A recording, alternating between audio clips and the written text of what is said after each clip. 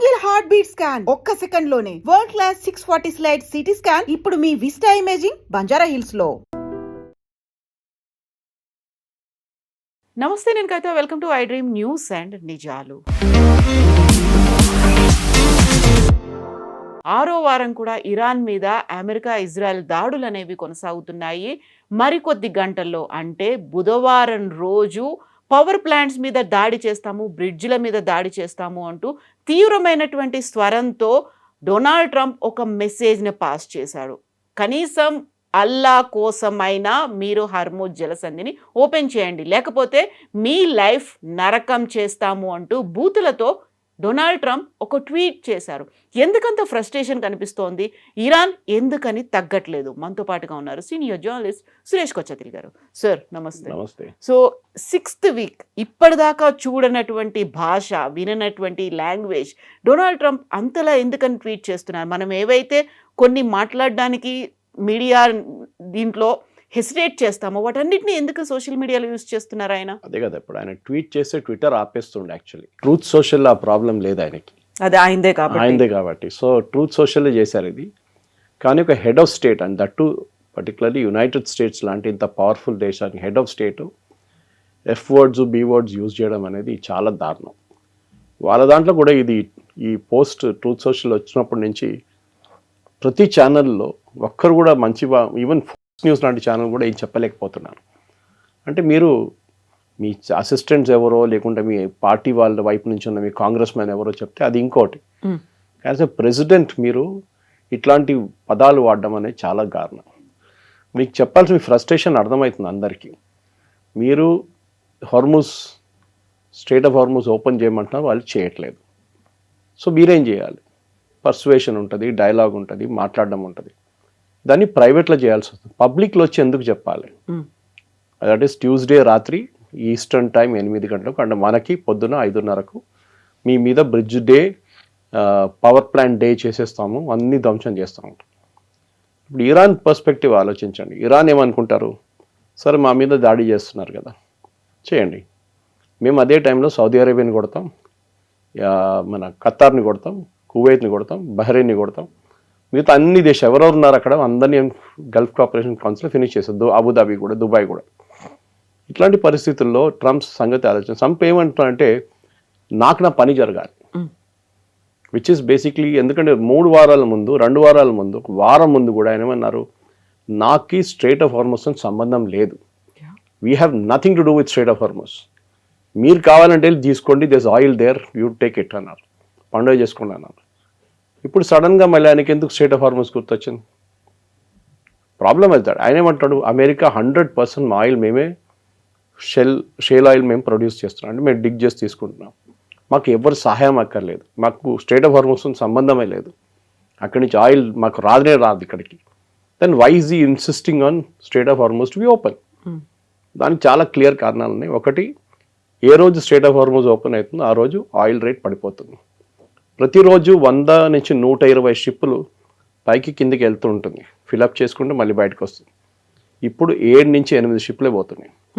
దాంతోనే మనం అర్థం చేసుకోవచ్చు అన్నీ, not everything is crude oil, కొన్ని ఫర్టిలైజర్స్ ఉండొచ్చు, కొన్ని కంటైనర్ కార్గో ఉండొచ్చు, కొన్ని హీలియం గ్యాసెస్ ఉండొచ్చు, కొన్ని గ్యాస్ ఉండొచ్చు ఖతార్ దగ్గర నుంచి, ఇట్లాంటి చాలా ఉన్నాయి, ఎల్పిజి ఉండొచ్చు. సో ట్రంప్కి ఇప్పుడు ప్రాబ్లం ఏంటంటే అమెరికాలో అమెరికన్ ఆడియన్స్కి ఆయన ఒక రిప్లై ఇవ్వలేకపోతున్నాను. ఇక్కడ ఎందుకు ఆయిల్ రేట్ పెరుగుతుంది చెప్పండి? ముందు $2 ఉన్న గ్యాస్ ఇప్పుడు 4కి వెళ్ళిపోయింది, $3 ఉన్న డీజిల్ ఇప్పుడు 5 అయిపోయినాయి per gallon. Gallon is 3.5 litres. అక్కడ ఉన్న ప్రజలు అడుగుతున్నారు, ఎందుకు పెంచారు మీరు? మీరే అన్నారు 100% ఆయిల్ మేమే ప్రొడ్యూస్ చేస్తున్నాం, ఇక్కడే ప్రాసెస్ చేస్తున్నాం, మళ్ళీ ఇంటర్నేషనల్ లెవెల్లో పెరిగినాయండి, వాట్ ఇస్ ద ప్రాబ్లం? మన దగ్గర ప్రొడ్యూస్ అవుతుంది $30-40 తొవి తీస్తున్నారు బయటికి, ఇంకొక $10 పెట్టుకోండి ట్రాన్స్పోర్టేషన్, రిఫైనింగ్ అన్ని కాస్ట్ పెట్టుకొని, అప్పుడు కూడా $40, $50, $60 అమ్మొచ్చు కదా, మీరు $120 అమ్ముతున్నారు, $100 అమ్ముతున్నారు, ఎందుకని అడుగుతున్నారు అక్కడ ప్రజలు. ఆయనకి స్ట్రెయిట్ ఆఫ్ హార్మూజ్ ఓపెన్ చేస్తే ఈ రేట్లు పడిపోతాయి, మిడ్ టర్మ్ ఎలక్షన్ వచ్చేదాకా ఆయన హ్యాపీగా ఉంటారని. సో దానికోసం ఇప్పుడు వెంటబడి ఉన్నారు. లేకుంటే he was telling war is over, finished, there is nothing there అని చెప్పారు. వాళ్ళకి ఇరాన్కి నేవీ లేదు, ఎయిర్ ఫోర్స్ లేదు, రాడార్ లేదు, యాంటీ ఎయిర్క్రాఫ్ట్ సిస్టమ్స్ లేదు, ఏం లేదు అన్నారు. ఒక F-15-6ని కొట్టారు వాళ్ళు. F-6 చూశారు మీరు, ఈగిల్ కొట్టారు మొన్న. ఎట్లా కొట్టారు అది కూడా? ఏ రాడార్ లేకుండే ఇన్కమింగ్ ఎయిర్క్రాఫ్ట్ ట్రాక్ చేయలేరు మీరు. అంటే వాళ్ళ దగ్గర ఉంది, వాళ్ళు బహుశా బయట ట్రంప్ లాగా పబ్లిసిటీ ఇవ్వట్లేదు. వాళ్ళు క్వైట్గా చేసుకుంటున్నారు. టిపికల్ అసిమెట్రిక్ వార్లో ఇదే జరుగుతుంది. మీ ఎనిమీ ఒకవైపు నుంచి వస్తుంటే ఒక స్ట్రాటజీ యూజ్ చేస్తే మీరు ఇంకో స్ట్రాటజీ యూజ్ చేయాలి. ఎందుకంటే ఇరాన్ డైరెక్ట్లీ యూఎస్ని ఫేస్ చేయలేరు. మీరు చెప్పినట్లు కరెక్ట్, వాళ్ళు నేవీ లేదు, ఎయిర్ ఫోర్స్ లేదు, ఏం లేదు. అట్లాంటప్పుడు ఏం చేస్తారు?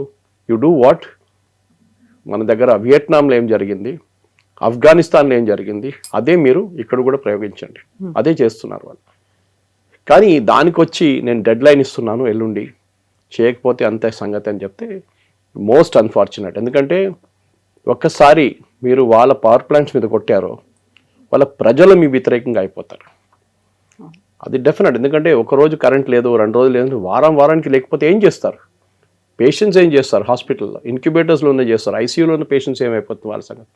ఇదేం ఆలోచించట్లేదు. ఇన్ఫ్యాక్ట్ టుడే మార్నింగ్ కవిత గారు మనం ఈ రికార్డ్ చేస్తున్న ఇవాళ పొద్దున 6వ తారీఖు ఒక ఎంఐటి లాంటి ఒక యూనివర్సిటీ ఉంది తెహరాన్లో, యాజ్ ఫేమస్ యాజ్ ఎంఐటి.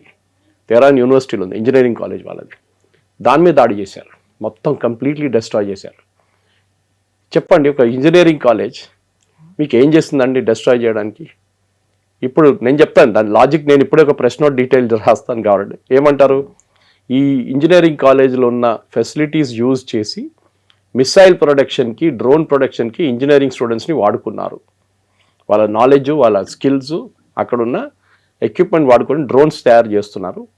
దానికి కావాల్సిన బేసిక్ వర్క్ అక్కడి నుంచి స్టార్ట్ అవుతుంది. సో మేము అది డిస్ట్రాయ్ చేసేసాం. ఇది ఒక ఇల్లాజికల్ థింగ్. రేపు అమెరికాలో ఉన్న ఒరిజినల్ ఎంఐటి మీద ఎవరైనా దాడి చేస్తే అప్పుడు అమెరికా ఏమంటారు?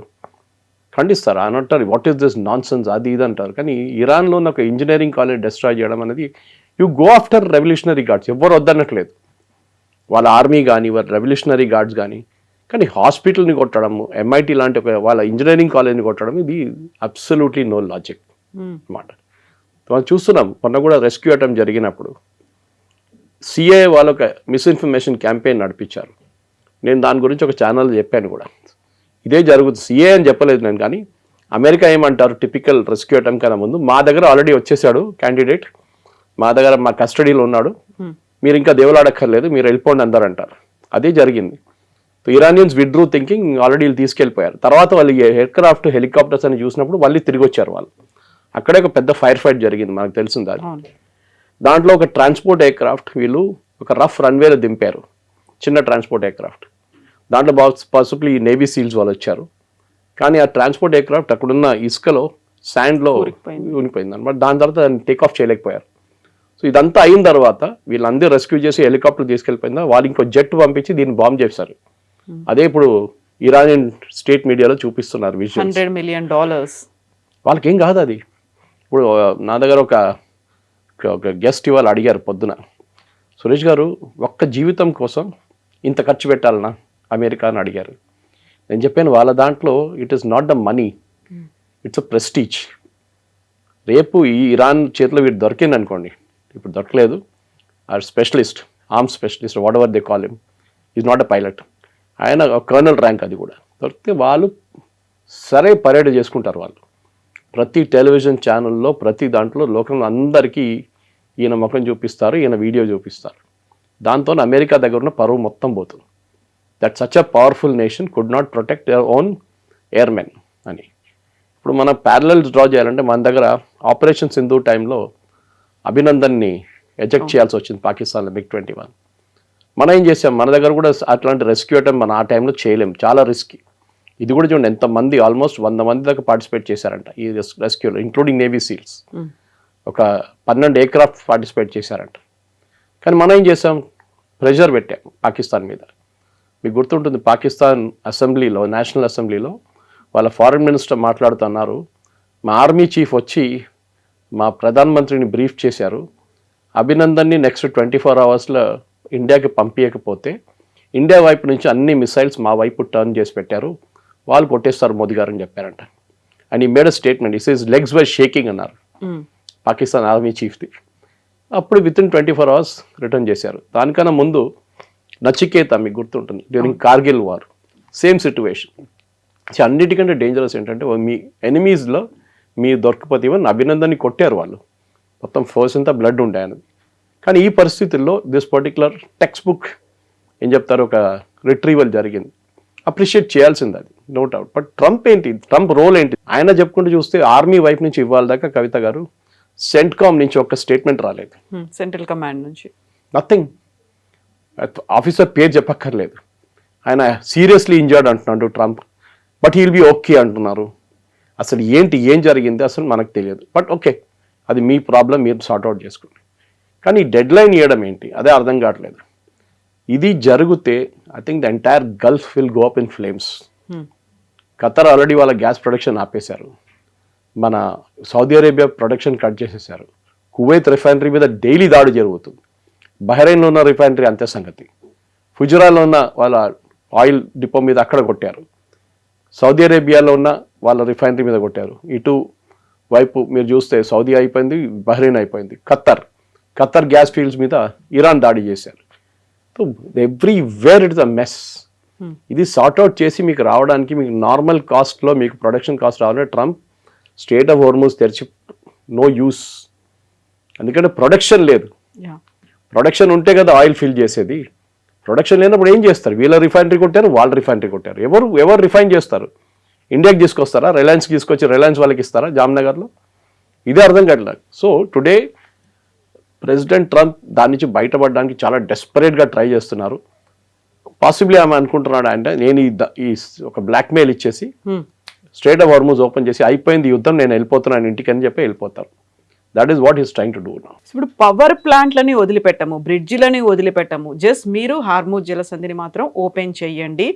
గాడ్ నేమ్ తీసుకున్నాడు అక్కడ, అదర్వైజ్ మీరంతా నరకం హెల్లో ఉన్న పరిస్థితి అక్కడ క్రియేట్ అవుతుంది అనేది ఇంత తీవ్ర స్థాయిలో హెచ్చరికలు చేస్తున్నప్పుడు ఇరాన్ మాత్రం అంతే స్ట్రాంగ్గా చెప్తోంది. అందులో వాళ్ళ ఆర్మీ చీఫ్ కూడా ఈరోజు చనిపోయాడు అనేటువంటి న్యూస్ అనేది వస్తున్నప్పుడు ఎక్కడికి వెళ్తోంది అనుకున్నప్పుడు మళ్ళీ ఇంకొక న్యూస్ 45 days సీజ్ ఫైర్ కోసం ప్రయత్నాలు అనేవి జరుగుతున్నాయి అనే మాట. వాళ్ళ IRGC ఇంటెలిజెన్స్ చీఫ్ చనిపోయారు వాళ్ళు పొద్దున, అది అంగీకరించారు వాళ్ళు. కానీ ప్రాబ్లం ఎక్కడ వస్తుందంటే కవిత గారు, ఈ 45 రోజుల సీజ్ ఫైర్ కాదు, లాంగ్ టర్మ్ సొల్యూషన్ కావాల్సి వస్తుంది. మీరు అంటున్నారు, ఇరాన్ అంటున్నారు హోర్మూజ్ మేము మూతపడలేదు, హోర్మూజ్ బాగానే ఉంది, we are not allowing American ships and Israeli ships and వాళ్ళ తోడు ఉన్న వాళ్ళ షిప్స్ అలౌ చేయట్లేదు అంతే. ఎవ్రీవేర్ చైనీస్ షిప్స్ పోతున్నాయి, ఇండియన్ షిప్స్ పోతున్నాయి, పాకిస్తానీ పోతున్నాయి, ఈవెన్ ఇండోనేషియన్ షిప్స్ మొదలైనవి. ఇప్పుడు వాళ్ళ షిప్స్ వెళ్తున్నాయి, ప్రాబ్లం లేదు. కానీ ద మెయిన్ ప్రాబ్లమ్ ఈజ్ అమెరికాకి అమెరికన్ షిప్స్ అనేది లేదు ఎక్కువ. కానీ లైబీరియన్ ఫ్లాగ్ ఉండొచ్చు, ఎవరైనా ఉండొచ్చు, దాన్ని ఇరాన్ పోనీయట్లేదు. సో అక్కడే ప్రాబ్లం వస్తుంది. ఎందుకంటే వీళ్ళు ఒక కోడ్ పెట్టుకున్నారు ఇరాన్, వాళ్ళ వైపు నుంచి మీరు పర్మిషన్ తీసుకోవాలంటే ఒక కోడ్ ఇస్తారు వాళ్ళు. ఆ కోడ్ ఈ ship has to give every time the pass through Hormuz. ఇప్పుడు నిన్న మొన్న కూడా 2 న్యూస్ ఐటమ్స్ వచ్చాయి. Oman and Iran strait of హార్మూజ్ని ఎట్లా కంట్రోల్ చేయాలని మాట్లాడుతున్నారంట. ఎందుకంటే ఈ స్ట్రేట్ ఆఫ్ హార్మూజ్ అనేది పర్షియన్ గల్ఫ్ నుంచి స్టార్ట్ అయ్యి కిందకు వచ్చి దుబాయ్ దగ్గర ఇట్లా తిరుగుతుంది, అది takes a U turn like thing and then strait of Hormuz start అవుతుంది. ఆ పాయింట్లో 2 దేశాలకు ఉన్న టెరిటోరియల్ వాటర్స్ అది. మన దగ్గర కూడా మన దేశం నుంచి 35-40 కిలోమీటర్ దాకా మనకు ఒక టెరిటోరియల్ రైట్స్ ఉంటుంది, మనకి ఎకనామిక్ జోన్ మనది అది. అక్కడ మిగతా దేశాల నుంచి వచ్చి ఎవరైనా ఫిషింగ్ చేయకూడదు, అన్ని రూల్స్ ఉంటుంది అట్లాంటిది. ఇరాన్ ఎప్పుడు అంటున్నారు, మా వైపు నుంచి వెళ్తున్న షిప్లు మా నీళ్ళ నుంచి వెళ్తుంది, going through my economic waters, next is Oman. So మేము దాని మీద టోల్ పెట్టినా లేకుంటే ఆపేసినా మీకు ప్రాబ్లం ఏంటి? It is not a free flowing river. అది వాళ్ళ లాజిక్ అన్నమాట. కానీ ఇన్ని రోజులు చేయకుండా సడన్గా చేస్తే ఎవరైనా అడుగుతారు ఎందుకు చేస్తున్నారనేది. ఇరాన్ ప్రాబ్లం ఏంటంటే వాళ్ళ దగ్గర ఉన్న ఒకటే ట్రంప్ కార్డ్ ఇది. ఈ ట్రంప్ కార్డ్ వాళ్ళ చేతి నుంచి పోయింది అనుకోండి, ట్రంప్ మళ్ళీ ఆడుకుంటారు వాళ్ళు. So they have to retain హార్మోస్. ఇది వాళ్ళ స్ట్రాటజీ అట్ ఎనీ కాస్ట్. ఇప్పుడు మీరు రేపు ఏమైనా చేస్తే కూడా US వచ్చి దాడి చేశారనుకోండి వాళ్ళ మీద, కర్గ్ ఐలాండ్ మీద మేము ఆక్యుపై చేస్తూ అంటున్నారు. వీళ్ళ స్ట్రాటజీ US ఒక స్ట్రాటజీ ఉండొచ్చు. ఇన్ఫ్యాక్ట్ టుడే మార్నింగ్ చాలామంది 4-star రిటైర్డ్ జనరల్స్ మాట్లాడుతున్నారు, ఇటువైపు బాంబింగ్ చేసినప్పుడు, ఇరాన్ మెయిన్ ల్యాండ్ మీద బాంబింగ్ చేసినప్పుడు కర్గ్ ఐలాండ్ వైపు వీళ్ళు ఈ ఫ్లోటిలా పంపిస్తారు, ల్యాండింగ్ షిప్స్ని పంపిస్తారు. ఇరాన్ ఇక్కడ బిజీ ఉంటారు, వాళ్ళు ఎట్లా ఆడుకోవాలి, వీళ్ళని ఎట్లా ఆడుకోవాలి. ఈవెన్ టుడే వాళ్ళు 16 ప్లేసెస్లో బాంబింగ్ జరిగింది, ఆలోచించండి. సో ఆ రోజు ఎంత ఉంటుంది, రెండు ఇట్ విల్ రెయిన్ లైక్ హెల్ అన్నారు. ఆ స్పెల్లింగ్ కూడా తప్పు చెప్పాడు ట్రంప్, REIGN అని కొట్టాడు. నేను దాన్ని కరెక్ట్ చేశాను, తర్వాత చెప్పాను. రెయిన్ అంటే ఒక రాజ్యం, how long you rule, it's not rain అంటే వర్షం పడేట్లా. ఎనీవే, సో ఈ రెయిన్ ఆఫ్ హెల్ ఉంటుంది కదా చూడండి, అది ఇరాన్ మీద పడుతుంది. ఇరాన్ ఇమ్మీడియట్గా ఏం చేస్తారు, ఎక్కడ పోయినా అక్కడ ఫైర్ చేసేస్తారు వాళ్ళు, ఎవరైనా కానివ్వండి. So they will fire at Kuwait, they will fire at Qatar, అందరి మీద పోతుంది. మార్క్ మై వర్డ్స్ కవిత గారు, నెక్స్ట్ 10 సంవత్సరాల దాకా వీళ్ళ ఎకానమీ మొత్తం ధ్వంసం అయిపోతుంది. అందరిది ఆల్రెడీ అయింది. ఇప్పుడు ఖతర్ అన్నారు కదా, నెక్స్ట్ 5 years పడుతుంది మాకు రెగ్యులర్ ఎకనామిక్ యాక్టివిటీకి రావడానికి. దుబాయ్ కూడా అంతే సంగతి, టూరిజం డెస్టినేషన్ అక్కడ. కువైత్ అయితే మా రిఫైనరీ పోయిందన్నారు వాళ్ళు. బహ్రెయిన్ కూడా అంతే, బహ్రెయిన్ మీద డైలీ దాడి చేస్తున్నారు. ఇరాన్ లాజిక్ ఏంటంటే, వాళ్ళు అంటున్నారు మేము మీ దేశం మీద దాడి చేయట్లేదు. Hello Bahrain, we are not attacking you, మేము మీ దగ్గర ఉన్న అమెరికన్ అసెట్స్ని కొడుతున్నాం. అమెరికన్ అసెట్స్ ఏముంది మీ దగ్గర, ఒక ఎయిర్ ఫీల్డ్ ఉంది, లేకుంటే వాళ్ళ కంపెనీ ఉంది. సో ఆరకిల్ని కొట్టాం, అమెజాన్ వెబ్ సర్వీస్ని కొట్టాం, మిగతా వాళ్ళని కూడా మేము కొడతాం. because వీళ్ళందరూ అమెరికన్ దాని బ్రాండ్ని రిప్రజెంట్ చేస్తారు, వాళ్ళని ఇప్పుడు ఆలోచించండి, ట్రంప్ ఎంతమందిని ప్రొటెక్ట్ చేస్తారు? మీరు ఎయిర్ ఫోర్స్ బేస్ని ప్రొటెక్ట్ చేసుకుంటారా, అమెజాన్ వెబ్ సర్వీస్ చూస్తారా, లేకుంటే ఆరకిల్ చూసుకుంటారా, లేకుంటే మైక్రోసాఫ్ట్ క్యాంపస్ ప్రొటెక్ట్ చేస్తారా? ఏం చేస్తారు మీరు? ఒక లిమిట్ ఉంటుంది. ఇది ట్రంప్కి ఇప్పుడున్న అన్నిటికంటే పెద్ద ఇష్యూ. ఎందుకంటే at local level, domestic level ఆయన రేటింగ్స్ చాలా పడిపోయినాయి, 32 దాకా వచ్చినాయి. మగా వాళ్ళు ఒక్కరే ఉన్నారు ఇప్పుడు ట్రంప్తోని, మిగతా అందరూ పారిపోయారు అక్కడి నుంచి. సో ట్రంప్ నోస్, ఆయనకు తెలిసిపోయింది చాలా క్లియర్గా. ఆ ఫ్రస్ట్రేషన్ ఆ లాంగ్వేజ్లో చూపిస్తుంది. ముందు మనం చెప్పాను చూడండి, ఒక రాష్ట్రపతి ఎప్పుడు చేయనికూడదు చేశారు ఆయన ఆ లాంగ్వేజ్తోని. Now you cannot take it back. ఒకసారి అయిపోయింది అంతే సంగతి. ఈ పరిస్థితుల్లో నెక్స్ట్ 48 hours చాలా క్రూషియల్గా ఉండబోతుంది. 48 కూడా లేదనుకోండి, ఇప్పుడు ఒక 12 గంటలు తీసేస్తే 36 గంటలు చాలా క్రూషియల్గా ఉండబోతుంది. ఏం జరుగుతుంది? ఎందుకంటే ఈ పర్టికులర్ ట్రంప్కి తెలిసిన మటుకు కవిత గారు, he will postpone it 100%. First 6th అన్నారు, దానికన్నా ముందు గుర్తుంది 26th అన్నారు, 6 చేశారు ఏప్రిల్. దాని తర్వాత ఆయన స్టేట్మెంట్ ఇష్యూ 7th April అన్నారు. తర్వాత వైట్ హౌస్ వచ్చి అన్నారు, కాదు 8th April అన్నారు. ఇప్పుడు రేపు వచ్చి అంటారు వీఆర్ నెగోషియేటింగ్, చాలా దగ్గరకు వచ్చేసాం నెగోషియేషన్లో, so I'm postponing it by another 1 week అంటారు. అందరు టెన్షన్లో ఉన్న అందరు రిలాక్స్ అయిపోతారు.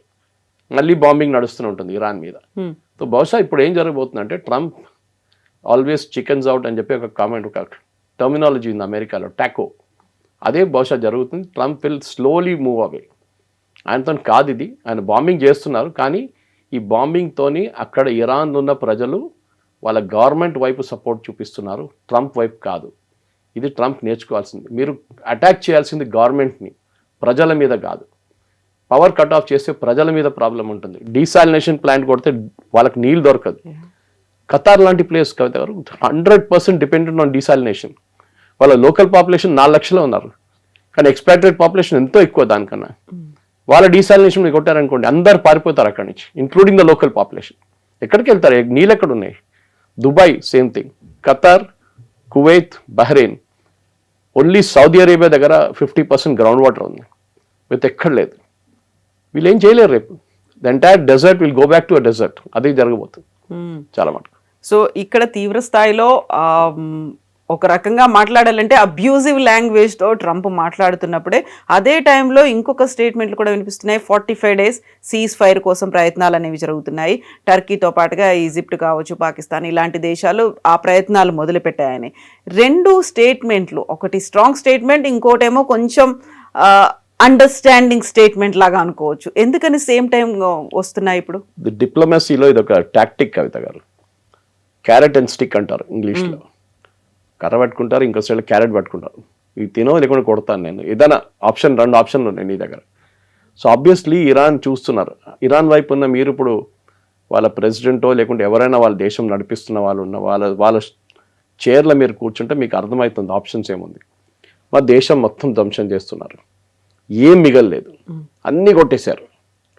కానీ దీని నుంచి లెసన్స్ ఏమైనా ఉందా నేర్చుకోవాలంటే మీరు లిబియా చూడండి, ఇరాక్ చూడండి, ఆఫ్ఘనిస్తాన్ చూడండి.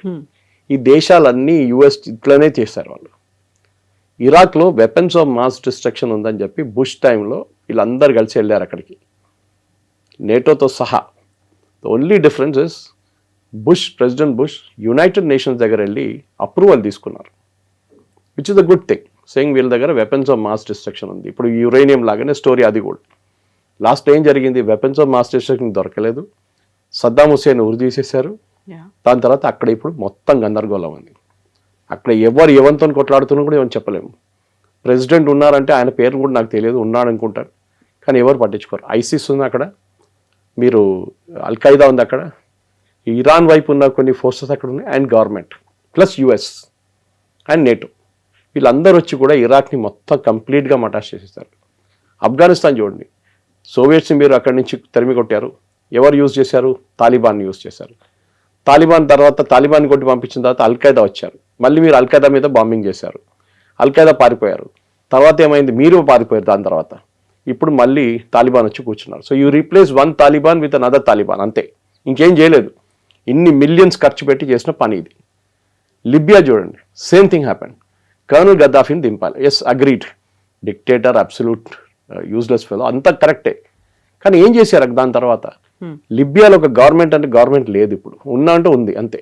అక్కడ కూడా సేమ్ థింగ్, ఫ్యాక్షన్స్ కొట్టుకుంటున్నారు, వీళ్ళు వాళ్ళ మీద కొట్టుకుంటారు, వాళ్ళు వీళ్ళ మీద, మొత్తం సివిల్ వార్ నడుస్తుంది. Then you take Syria, latest Hafez al అసాద్ని అక్కడి నుంచి వీళ్ళందరూ కలిసి రష్యాకి ప్యాక్ ఆఫ్ చేశారు. ఏం జరుగుతుంది, ఒక టెర్రరిస్ట్ విత్ $10 million రివార్డ్ ఆయన తీసుకొచ్చి ప్రెసిడెంట్గా కూర్చోబెట్టారు. ముందు ఐసిస్ టెర్రరిస్ట్ ఉండే ఆయన, ఆలోచించండి. ఇట్లాంటి పరిస్థితి నడుస్తుంది అక్కడ. So you are not able to control the narrative, ఇది ప్రాబ్లం అక్కడ. మీరు ప్రతి దేశంలోని మీరేమైనా ఫైనల్ క్లోజర్ అచీవ్ చేశారంటే ఎక్కడ చేయలేదు, ఇక్కడ కూడా అదే జరుగుతుంది. ఇప్పుడున్న ఇరానియన్ రెజిమ్ పడిపోయింది అనుకోండి, రేపు ఇరాన్ కూడా ఇంకొక ఇరాకో లిబియానో లేకుంటే ఏం చెప్తారు ఆఫ్ఘనిస్తాన్ లాగా తయారైపోతారు. అదే జరగబోతుంది 100%. That is what will happen.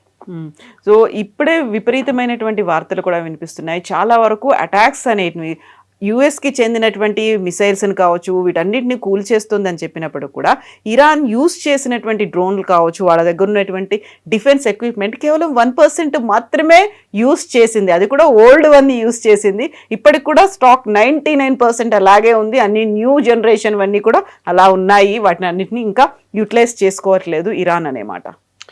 ఇది ఇంగ్లీష్లో గేమ్ ఆఫ్ బ్లఫ్ అంటారు. మనం ప్యాక్ ఆడుతున్నప్పుడు మన దగ్గర ట్రంప్ కార్డ్ లేన కానీ మనం ఎట్లా యాక్ట్ చేస్తామంటే, మన దగ్గర ట్రంప్ కార్డ్ ఉంది, మీరు అందరు పోయారు, నేను ఆ ట్రంప్ వేసేస్తే షో ఆఫ్ చేసుకుంటా. సో ఇదే జరుగుతుంది ఇప్పుడు కూడా. ఇరాన్ దగ్గర నుంచి కూడా అంతే. ఇరాన్కి తెలుసు వాళ్ళ దగ్గర ఇంత ఆయుధాలు లేవు, కానీ దే కెన్ ఆల్వేస్ బ్లఫ్. ఎందుకంటే ఈ F-15ని కొట్టినప్పుడు, ఈగల్ని కొట్టినప్పుడు వాళ్ళు హ్యాండ్ హెల్డ్ మిసైల్ యూజ్ చేశారు ఒకటి. That is what the latest investigation is showing. US ఏమనుకున్నారంటే మీరు దగ్గర లేదనుకున్నారు. ఇదే దీన్ని స్టింగర్ అంటారు. మీరు ఏం చేస్తారంటే ఆఫ్ఘనిస్తాన్ నుంచి పారిపోయినప్పుడు ఈ స్టింగర్లను అక్కడ పెట్టేసి పారిపోయారు యుఎస్. దాని ధ్వంసం కూడా చేయలేదు, అంత టైం కూడా లేకుండే వాళ్ళ దగ్గర. తర్వాత తాలిబాన్ చేతిలో పడ్డది అది. తాలిబాన్ కొన్ని ఉంచుకున్నారు, చాలా అమ్మేశారు. Possibly some of them have reached Iran. ఈ స్టింగర్ మిసైల్ అడ్వాంటేజ్ ఏంటంటే అది హీట్ సీకింగ్ మిసైల్. మీరు ఒక ఎయిర్క్రాఫ్ట్లో బ్యాక్ బర్నర్ ఉంటుంది, ఇంజిన్ది, చాలా హీట్ జనరేట్ చేస్తుంది. అది టేక్ ఆఫ్ చేసినప్పటి నుంచే దట్ బర్న్ అవుతున్నాడు మీకు అనిపిస్తుంది. This heat missile will go after that heat. దానికోసం ఎయిర్క్రాఫ్ట్ ఎప్పుడైనా ఫైటర్ ఎయిర్క్రాఫ్ట్ ఏం చేస్తారంటే ఫ్లేర్స్ పంపిస్తారు సైడ్కి ఇట్లా. దట్ వాస్ జస్ట్ డైవర్ట్ అనమాట, ఏదైనా మిసైల్ వస్తుంది అట్లా వెళ్ళిపోతుందని. కానీ ఈ కేసులో కరెక్ట్ అది వెళ్ళి కొట్టింది దాన్ని. సో అఫ్కోర్స్ F-15 F-35కి సంబంధమే అసలు world of difference. F-35 is a stealth bomber, versus F-15 పాత టెక్నాలజీ, దాన్ని అప్గ్రేడ్ చేసి వచ్చారు. ఇనీషియల్ డేస్లో నా అంచనా ప్రకారం ఇట్ వాస్ $35 million.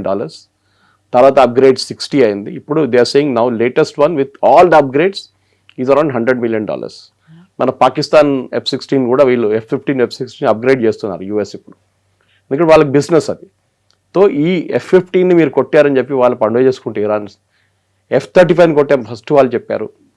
A-10 వార్థాగ్ని they hit it over strait of Hormuz, అది కూడా క్రాష్ అయింది. Pilot ejected from that. కానీ ఇదన్నీ చూస్తే మీరు చెప్పినట్లు కరెక్టే, ఇరాన్ దగ్గర ఏం లేదు, ఇరాన్ దగ్గర ఆయుధాలు లేదు అనుకున్న అమెరికా ఇంత పెద్ద boast that they are finished, that nothing they have అని చెప్పారు. ఇది ట్రంప్ ది టిపికల్ ఒక ఏం చెప్తారు, ఒక గేమ్ ఆఫ్ బ్లఫ్ అనమాట ట్రంప్ది. మీరు ధ్వంసం చేశారు, అగ్రీడ్, బట్ మీరు దాన్ని ఇంత పబ్లిసిటీ ఇవ్వాల్సింది ఎందుకు? మీరు కొంచెం హంబుల్గా ఉండండి. ఎస్, దే మే హ్యావ్, వాళ్ళ దగ్గర ఉండొచ్చు, నాకు తెలియదు. మా దగ్గర ఉన్నప్పుడు మేము 90% డిస్ట్రాయ్ చేసేస్తాం, 10% వాళ్ళ దగ్గర ఉండొచ్చు ఇంకా. అప్పుడు మీకు ఒక ఎక్స్క్యూజ్ వచ్చేస్తుంది. ఇప్పుడు అందరు అడుగుతున్నారు అదే, మీరు అన్నారు అయిపోయింది. ఎందుకంటే ఈ ఎయిర్క్రాఫ్ట్ పర్టికులర్ వన్ F-15 కవిత గారు, it was flying very low. Usually అది 10,000 feet దానిపైనే ఫ్లై చేస్తుంది. ఇది 3,000 feet నుంచి ఫ్లై చేస్తుందంట. Obviously it was looking for something in the ground. Bombing mission ఉండొచ్చు, లేకుంటే రికానసెన్స్ మిషన్ ఉండొచ్చు. సో దాన్ని కొట్టారు. అదే ఎయిర్క్రాఫ్ట్ 10,000 feet ఉంటే మీరు కొట్టలేరు. హీట్ సీకింగ్ మిసైల్ కాదు, దేనికి చాలా డిఫికల్ట్ ఉంటుంది. సో అట్లాంటి ఆబ్వియస్లీ మీరు కాన్ఫిడెన్స్ ఏమొచ్చిందంటే మీకు, మేము ఎంత లో పోయినా కానీ ఎవ్వరు మమ్మల్ని ముట్టరు. ట్రంప్ చెప్పారు కదా, Iran skies are free for us, we are flying in and out, B-2 bombers ఎవరైనా కానీ మేము ఫ్లై చేసుకుంటూ పోతే అక్కడ ఏం లేదని చెప్పి. We made the same statement operation సింధూర్లో మనం పాకిస్తానీ రాడార్స్ని కొట్టాం ఫస్ట్. కొట్టిన తర్వాత సెకండ్ డే మనకి ఫ్రీ అయిపోయింది. We could fly into Pakistan without detection. ఇది కూడా అదే జరిగింది. కానీ అదే చాలామంది అంటున్నారు, మన దగ్గర ఉన్న Indian air force officers retire అయిన వాళ్ళు, సీనియర్ మంది, చాలా మంది ఛానల్స్ ఇంటర్వ్యూలు చెప్తున్నారు, US should have learn from operation Sindoor. చాలా లెసన్స్ ఉంటాయి దాంట్లో. ఒకటి, how to use unconventional war. Pakistan Turkey drones, China drones వాడారు. Pakistan Chinese air traffic systems వాడారు, వాళ్ళ రాడార్స్ వాడారు. ఇరాన్ దగ్గర అదే ఉంది. అమెరికా మన ఫైటర్ జెట్లు కూలిపోయాయి, రఫేల్ కూలిపోయాయి అనేటువంటి క్యాంపెయిన్ చేసిందే వాళ్ళు. అండ్ ట్రంప్ కూడా అదే విషయాన్ని పదే చెప్తూ వచ్చారు కదా. ఇప్పుడు అదే అడుగుతున్నారు అందరూ, మీరు ఒక్క టెక్నికల్ సపోర్ట్ పర్సన్ని, ఒక కర్నల్ని రెస్క్యూ చేయడానికి ఇంత ఖర్చు పెట్టారు. నా దగ్గర ఒకరు అడిగారు, ఎందుకు ఇంత ఖర్చు పెడతారు వీళ్ళు, అయిపోయింది కదా, నిడిసేసి అయిపోతుండే కదా. ఆల్మోస్ట్ 940 కోట్ల పోయింది. సో మీరు మీ ఇండియా దగ్గర వచ్చినప్పుడు మీరు అన్నారు, నేను యుద్ధం నేనే ఆపాను, అదొకటి. వాళ్ళ 7 ఎయిర్క్రాఫ్ట్ పోయిందన్నారు. ఇప్పుడు ఆయన ఒక్క ఎయిర్క్రాఫ్ట్ గురించి కూడా మాట్లాడలేదు. You should have the guts to admit, yes we lost 5 aircraft, 7 aircraft. ఇప్పుడు ఆల్మోస్ట్ 11 అంటున్నారు. ఇప్పుడు 3 అయితే ఫస్ట్ F-16 అక్కడ కువైట్లోనే వెళ్ళిపోయింది. ఒక్కొక్క 100 million అగైన్ ఆలోచించారు. అక్కడ 300 million పోయినాయి. దాని తర్వాత A-10 వార్తాగ్ ఒకటి పోయింది. ఇప్పుడు F-15 పోయింది. ఒక అవాక్స్ కొట్టారు వాళ్ళు సౌదీ అరేబియాలో, అక్కడ మేజర్ డ్యామేజ్. సో ఇట్లాంటి పరిస్థితుల్లో అమెరికా దగ్గర ఇప్పుడు ఏం చెప్తారు, they have no right to show a face అంటారు ఇంగ్లీష్లో. చూపిలేక వాళ్ళు పబ్లిక్లో ప్రెసిడెంట్ ట్రంప్ వచ్చి రేపు ఒక రిపోర్ట్ కార్డ్ ఇవ్వాలంటే ఆయన ఇవ్వలేడు. మమ్మల్ని అంటే భారతదేశాన్ని ఎట్లా మాక్ చేశారు ఆ రోజు. They have lost aircraft, they have lost 7 aircraft. Who ఈ డజంట్ స్పెసిఫై. నేనే సీజ్ ఫైర్ చేయించాను, మీకు తెలుసు కదా, నేనే చేయించాను. ఇప్పుడు అస్సలు ఆయనకు ఒక వైట్ హౌస్లో దాచుకుంటున్నాడు, ఇప్పుడు బయటికి రావట్లేదు. ఇన్ఫాక్ట్ దిస్ వీకెండ్ ఈ డెంట్ గో టు ఫ్లోరిడా. ఆయన మారాలోగా పోతారు ఆయన ఇంటికి గాల్ఫ్ ఆడడానికి. దిస్ వీకెండ్ ఈ డెంట్ గో, ఎందుకంటే సిచ్యువేషన్ రూమ్లో ఉండాలి, సిచ్యువేషన్ చాలా సీరియస్ ఉందని చెప్పేసి. ప్రెసిడెంట్ ట్రంప్కి ఒక రియాలిటీ చెక్ వచ్చింది కదా. The end of the war is very clear. Lesson ఏం, end of the war result is Iran will be finished, దాంట్లో డౌట్ లేదు. ఓకే, కానీ at what cost? Okay, American aircraft, American personnel 13 మంది చనిపోయారు ఇప్పుడు దాకా, 170 మంది ఇంజర్డ్ అయ్యారు. Even this technical person was evaluated and taken out, colonel, ఆయనకి సివియర్ గాయాలయ్యాయి అంట. But Trump says will be okay, no problem. కానీ మీరు మీ వార్లో మీ వైపు నుంచి ఉన్న జరిగిన నష్టాల గురించి ఒక రిపోర్ట్ కార్డ్ ఇవ్వండి. అది ఇవ్వట్లేదు. వై సాక్ట్ యువర్ ఆర్మీ చీఫ్ని సాక్ చేశారు, పీట్ హెస్గెత్. యుద్ధం నడుస్తుంది, యుద్ధం నడిమిట్లో మీ ఆర్మీ చీఫ్ని సాక్ చేశారు మీరు. మీ ట్రూప్స్ మొరాల్ ఏముంటుంది, వాళ్ళ కింద పనిచేసే ఆఫీసర్ మొరాల్ ఏముంటుంది? మా బాస్ని సాక్ చేసేసారు, యుద్ధం నడుస్తుంది, యుద్ధం తర్వాత మీ పొలిటికల్ పాయింట్ అప్పుడు తీర్చుకోండి. మీరు మోదీ గారు చేశారనుకోండి, ఇది ఇప్పుడు ద్వివేది గారిని సాక్ చేస్తే ఎట్లా ఉంటుంది image? It doesn't happen that way. కానీ అమెరికాలో ఏదో లార్జెస్ట్ డెమోక్రసీ అంటారు, we will send you to stone age అంటారు ఇరాన్ని. ఇరాన్ 6,000-7,000 సంవత్సరాల సివిలైజేషన్ ఇరాన్. అమెరికా 250 సంవత్సరాలు అంతే. స్టోన్ ఏజ్లో ఎవరున్నారో అందరూ తెలిసిపోయింది చాలా clear. I think Trump he's made an absolute fool of himself దీంట్లో. ఇంకా ఆయన దీని నుంచి ఎట్లా బయటపడతాడంటే, ఒకటే, ఇరాన్ని మొత్తం జంక్షన్ చేసి నేను గెలిచాను చూడండి, ఐఎమ్ లీవింగ్ నౌ అని చెప్పి, state of Hormuz is open, మీరు ఏం కావాలంటే చేసుకోండి అని చెప్పి వెళ్ళిపోతారు. That is what is going to happen. But Iran మాత్రం తాము ఓడిపోవడానికి సిద్ధంగా లేదు, ఇంకా అమెరికా వచ్చి గెలిపించుకో. కరెక్ట్. ఇరాన్ అయితే ఓడిపోవడానికి సిద్ధంగా లేదు. అమెరికా ఎంత మేము గెలిచామని చెప్పుకుందాం అనుకున్నా కానీ ఆ స్కోప్ కూడా ఇవ్వట్లేదు. కరెక్ట్. ఎందుకంటే అన్కన్వెన్షనల్ వార్ వాళ్ళు ఫైట్ చేస్తున్నారు, అసిమెట్రిక్ వార్ అంటారు. మనం ఎప్పుడు వియట్నాం మాట్లాడుతుండే. Even Afghanistan was like that. ఆఫ్ఘనిస్తాన్లో అక్కడున్న తాలిబాన్ కానీ ముందున్న అల్ఖాయిదాకి తెలుసు యూఎస్ని డైరెక్ట్ ట్యాకిల్ చేయలేదు. మదర్ ఎయిర్ ఫోర్స్ ఉంది, మదర్ ఎయిర్ ఫోర్స్ లేదు. ఏం చేస్తారు, ల్యాండ్ మైన్ పెడతారు, ఓకే, సూసైడ్ బాంబర్స్ తీసుకొస్తారు. ఇది వాళ్ళ అసిమెట్రిక్ వార్ఫేర్. యూఎస్ చేయలేరు కదా సూసైడ్ బాంబింగ్. సో వాళ్ళ దగ్గర అంత మోటివేటెడ్ ఎవరు దొరకరు వాళ్ళకి. సో ఇది వాళ్ళు చేస్తారనమాట. సో వాళ్ళ వైపు ఉన్న టాక్టిక్స్ వాళ్ళు యూజ్ చేస్తారు, అమెరికా వైపు ఎయిర్ పవర్ యూజ్ చేస్తారు. కానీ air power will not work unless your boots on the ground. మీ సోల్జర్స్ దింపితేనే ఒక మార్పు వస్తుంది ఇరాన్లో, లేకుంటే రాదు. అది చాలా చాలా క్లియర్ అనమాట. Yes, sir. Thank you so much, Thank you, sir. ma'am. Thank you. And for more videos, Please subscribe to iDream. Please subscribe to iDream. Please subscribe iDream. And please subscribe to iDream. For more videos, subscribe to iDream. please like, share and subscribe to the channel. Congratulations, iDream. Subscribe to iDream. Subscribe to iDream. So subscribe to iDream Media. iDream team అందరికి huge congratulations. Please subscribe iDream Media. Please subscribe to iDream. Subscribe iDream. Please subscribe to iDream. iDream అంటే నా కళల ఛానల్ను subscribe చేసుకున్న నోరు తిరుగుతలేదు, మీరైతే గంట గుర్తు కొట్టండి. For more such videos, please subscribe to iDream.